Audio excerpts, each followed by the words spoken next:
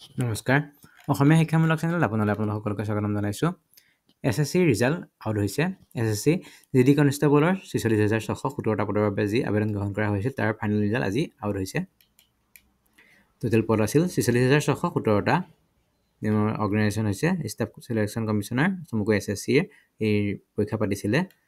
ইয়াৰ result 13 December 2024 অৰ্থাৎ আজি release হৈছে ইয়াৰ ৰিজাল্টসমূহ চাবলৈ আপোনালোকে ইয়াত পিডিএফত দিছে ৰিজাল্টসমূহ পিডিএফ ফাইলটো ওপেন কৰি পেলাই আপোনালোকৰ নামটো ইয়াত চাৰ্চ কৰিব লাগিব ৰোল নম্বৰটো চাৰ্চ কৰি পেলাই চাব পাৰিব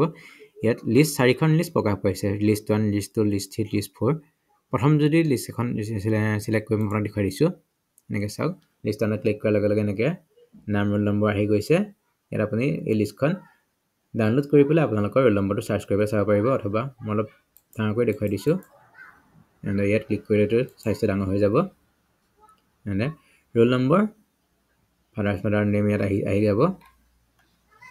আপোনালোকে পিডিএফখন ডাউনলোড কৰি পেলাই আপোনালোকৰ ৰিজাল্টটো চাব পাৰিব আৰু এখন লিষ্ট আছে লিষ্ট 2 লিষ্ট 3 লিষ্ট 4 এনে 4খন লিষ্ট প্ৰকাশ পাইছে গোটেইখন লিষ্টে পিডিএফ আকাৰত আছে ইয়াত গৈ পেলাই আপোনালোকে চাব পাৰিব টোটেল পদ আছিল ৪৬,৬১৭টা